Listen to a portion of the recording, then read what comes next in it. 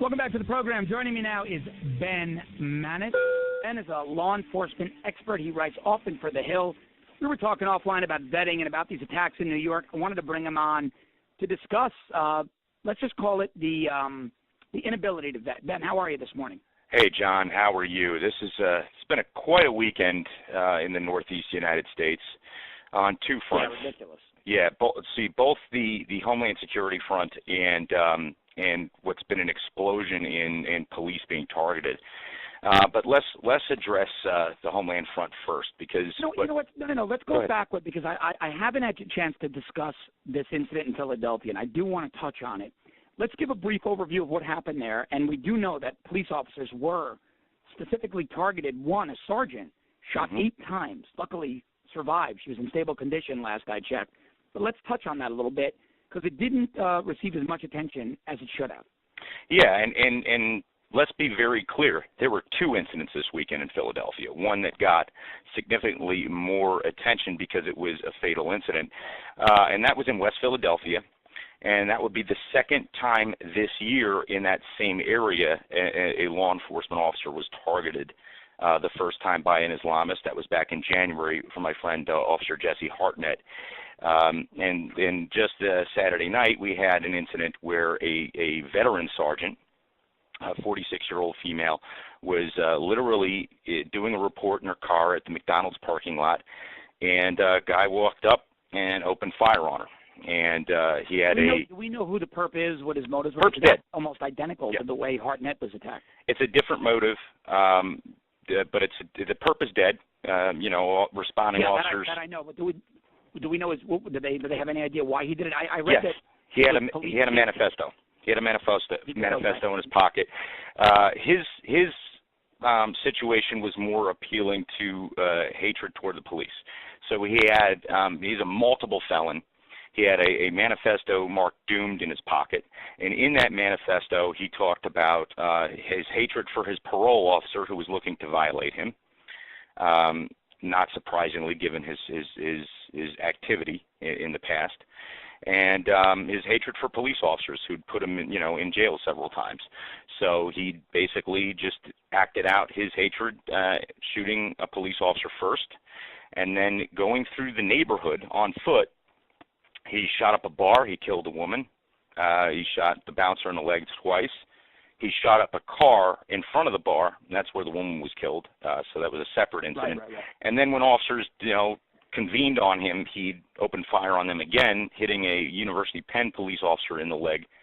And everyone surrounded him and shot him. So, if that's not bad enough, the very next night on South Street, which anyone in Philly knows that's a main drag here in town, couple of patrolmen walked up on a guy smoking weed in public, which is not legal here like it is in Colorado or Washington.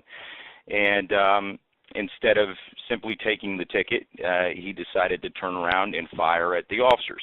And they actually managed to box him in and arrest him without having to kill him.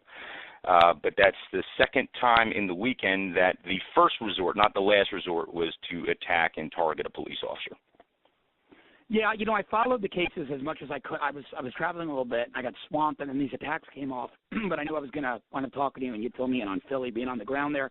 Right. Let's talk about this. Now, much has been said about vetting, but we're seeing Ahmad Khan Rahimi in New York, an Afghani immigrant who came here, and we're seeing what's the guy's name? And we do have an ID on the guy in Minnesota now. His name is Tahir Adan, a 22-year-old Somali. That's right. Somali American, whose father said he was born in Africa, came to the U.S. He came at 7 years old. I was in that business. You and I have spoken about it. After law enforcement, I worked with federal agencies, National Center for Missing and Exploited Children, bought millions of dollars in data for vetting. You can't vet people from countries where there is nothing to vet against. That's number one. And vetting is not an indicator of future behavior. You also don't vet for religion or leanings. It simply says, did you get arrested for something, yes or no? The way they're doing vetting right now is very dishonest. They are lying to the American people about what a vetting is. So, of course, if they run a regular old LexisNexis background check, every single refugee coming is going to pass through with flying colors. Of course they don't have arrest records in the U.S. I believe the progressives are willfully lying to the American people. I agree. So let's get into some of the logistics of this so that people have a full understanding of what we're talking about. When whatever side of the aisle and whatever official person says we're going to background check these folks before they enter the country, they have to understand that running a background check in a foreign country is a lot different than it is here. Now, there is Interpol. We couldn't even do it in Canada or England back in the day on violent pedophiles and terror fundraisers. The privacy laws simply don't allow it. They won't share the information. Yeah, since then, Canada's actually joined NCIC, which is great because our fugitives are caught there, their fugitives are caught here. But let's talk about places like Syria or Third World Latin America, the Middle East and Asia, where we don't have diplomatic relations. So when the country fell in Libya, we lost the ability to check the jurisdictions. Iraq, Syria, all these places of contention right now where we're seeing problems, including Somalia. The background checks are actually housed, the records are actually housed at the local jurisdiction. There's no clearinghouse the way we have here. Yeah, but they're not. We looked at this on a global scale. Even Ben Manis, law enforcement data expert, we looked at it. They still were not cataloged in any fashion that would allow for reconciliation of the information. These were on index cards in local provincial offices in many cases, and they were woefully incomplete. In the Middle East, the Bedouin tribes don't even have that. That's right. You had to send some intelligence guy out to say, hey, look at this photo. The guy says he's Ahmed, son of Muhammad, born 20 miles outside Damascus in 1979, and you're relying on some tribal leader to say, yeah, that could be him. Sounds about right. And then they take that back, and that's about as good as it gets in many places. Yeah, now if you want to add even worse, I don't want to scare your listeners too much, but when you need to be scared. You have to add insult to injury because of naming conventions, and I'm not just talking about the Islamic world here. Latin America, Asia, you have a situation where you're going to carry your mother and your father's last name, and where we have a junior, a 1, a 2, a 3, they could go 6, 7 generations with the same person having the same name, and there will only be a little difference, like a son of will be in the middle of the two names. So when you abbreviate it for identification purposes, you really can't check because you get the phone book. So back in after the San Bernardino shooting, when the caucus was sitting in on Capitol Hill with the purpose of saying we need gun restrictions on those on the terrorist watch list. The problem with that was the terrorist watch list is just that, a watch list, not a criminal database.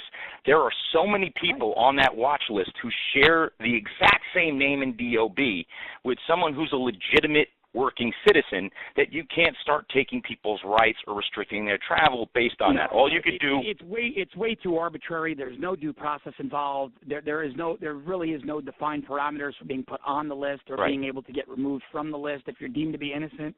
Well, a lot of the sources for the list, it comes from foreign intelligence. So in foreign intelligence, you don't really have a way domestically of vetting whether or not it's good or if this is the same Mohammed Khan, just to use a common name in Pakistan, that, is the one they're looking at over there. So, you can't take someone's rights away for that. What you can do is put them on a list, and then when TSA sees the name on the ticket, hey, come over here, let me just double check you to make sure you aren't carrying explosives in your underwear or your shoes. And that's exactly what it's used for right now. Well, right. But again, that still doesn't help us with regards to identifying potential threats. Profiling and monitoring does. Ben, do you have time to stick around for one more segment? Absolutely, as long as you want. I want to talk about profiling and monitoring and just how damn effective it is. When we come back, Ben Manis, law enforcement expert with me now, writer for The Hill. You with John Cardillo. 880 The Biz. This is the John Cardillo Show on 880 The Biz. 880 The Biz. Time saver traffic. Welcome back to the program. Still with me is Ben Manis, a public safety expert, former law enforcement guy like myself. You can also find Ben's work at abenjaminmanis, MANNES.com, or on Twitter at Public Safety SME, at Public Safety SME. Now, Ben, I always want to bang my head against the wall when we talk about profiling and monitoring. And the morons say, it's this, it's that, it's unconstitutional, it's terrible, it's racist, it's xenophobic. And I say, yeah, well, as an Italian guy, I thought it made pretty damn good sense profiling Italians to go after La Cosa Nostra. What's the difference? If you're profiling Italians for El Cian, if you're profiling Irish guys for Westies, Asians for the White Tigers or Flying Dragons, or Muslims for Islamic terror. Why do we hear nothing when by the way, including African Americans, right? If we use African American detectives to infiltrate the Bloods and the Crips, nobody says a word. But you do it to Muslims, and all of a sudden, all hell breaks loose. Right.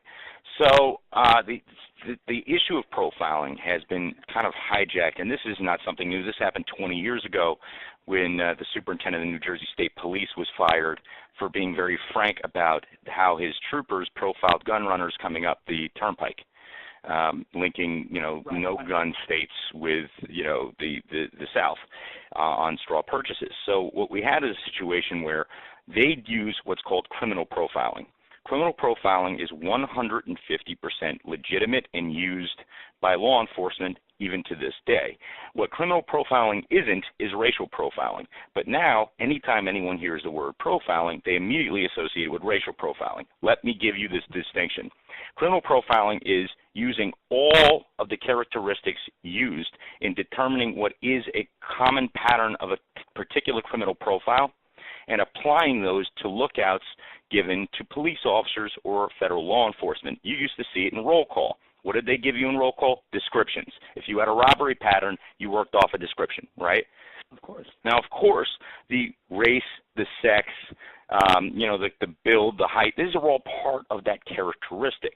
So that one piece has been isolated and unfortunately metastasized because people, similar to what you're seeing in the argument with BLM, believe it to be inappropriate. Now, inappropriate profiling did exist and has existed in a lot of southern communities. We've seen cases come out of places like Louisiana and Mississippi where you had, any out-of-towner, any African-American driving through my town, and you see this specifically in little hamlets, upscale hamlets. That's the exception, not the norm. The norm is the former that you're discussing, where it's sound, proven policing.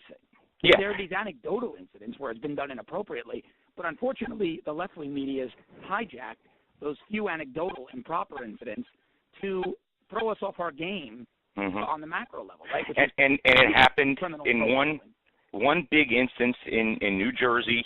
Al Sharpton was the catalyst to get that to happen in the media, where the superintendent of New Jersey State Police said, when we have rental cars driven by African Americans at specific hours, doing specific times between these specific exits, we tend to look at those for gun running. And unfortunately, he said that in a public venue. It was seized by Al Sharpton, and then the entire argument of profiling became racial. But he was right. He was right because it was based on sound intelligence. Right. Sound intelligence showed, I remember the case very well, that the suspects arrested were primarily black in those areas at those times of day, with trunks full of guns from Georgia, Virginia, South Carolina, North Carolina, where they were engaging in straw sales. And the case in question was actually an attempted killing of a New Jersey trooper. When he got out to give the ticket, they put it in reverse and tried to run him over, and he shot into the car. So let's get away from that and look at terrorism for a second. The problem is there's too many people, and unfortunately in my party as well, who say it's a Muslim thing. And yes, that is a component we're seeing a lot in a specific type of terrorism. The problem is we're not incorporating that with other characteristics when we have the discussion because, one, I'm just thinking logistically here. With only a handful of countries in the world actually placing religious affiliation on an identity card, passport, things like that, birth certificate, you can't vet for that. People could come and tell you whatever they want. So if you read my article about immigration, I looked at Muriel Boatlift in the great scene in Scarface. Just tell them this because they're never going to be able to find out, right? So how do we counter that? You look at the actual characteristics, behaviors. In Delray Beach, Florida. That's a good example. And down here in Miami, it resonates. Yeah. There are many here in Miami, many in the Cuban community, who basically, till this day, vilify Jimmy Carter for allowing that. Right. saying that those people never should have been let out of Cuba. And they weren't political prisoners. They were rapists and armed robbers and the worst of the worst. And so they blame those same progressive policies like we're seeing today. So let's look at the logistics. In Delray Beach, also in your listening area, right? Before 9/11, you had several of the hijackers living in taking flight lessons in South Florida. It wasn't until after the attacks that property managers and neighbors in that complex, which is like many in Palm Beach County, mainly over 65, very laid-back type place, saying, hey, these guys paid cash, they went out on the balconies to smoke, and they were very suspicious. They had people coming all times of the day and night. They wouldn't say hello. They seemed very strange to us. It's the hearkening back of the see something, say something issue. People don't see something, say something. Everything I just said had nothing to do with the fact that they were Middle Easterners. It had everything to do with the fact that in that community, at that place in time, their behavior could have been deemed suspicious, and no one bothered to tell anyone. We should have known. You know, Ben, here's where I have to say that we should have known before the first, after the first bombing, after the USS Cole bombing, we had intelligence. Speaking with Ben Maness, public safety expert on profiling and monitoring, we then, even under Bush, especially under Clinton, but even in the beginning under Bush, we still were succumbing to this politically correct mindset. In the days after 9/11, when they started to open certain streets, yes. I remember these morons, always these white liberals, with shirts on, don't blame Islam, it's not Islam, preaching tolerance of Islam. Now I get that. I get that. We're Americans. We don't want to persecute any religion. But I have a very good friend who was one of the supervisors on the Mosque Confidential Informant Program. That program yielded tremendous actionable intelligence. And the way they went about finding recruits for that program is they would look at the arrest logs every day. And it wasn't, you're right, it wasn't done by religion. If someone was arrested from a nation of terror concern, they'd go down to Rikers or the command or whatever central booking holding they were in, they'd interview them, and if they turned out to have info, and even better if they were Muslim, they'd run them as a CI. That program worked incredibly well, and the liberals wanted to crush it.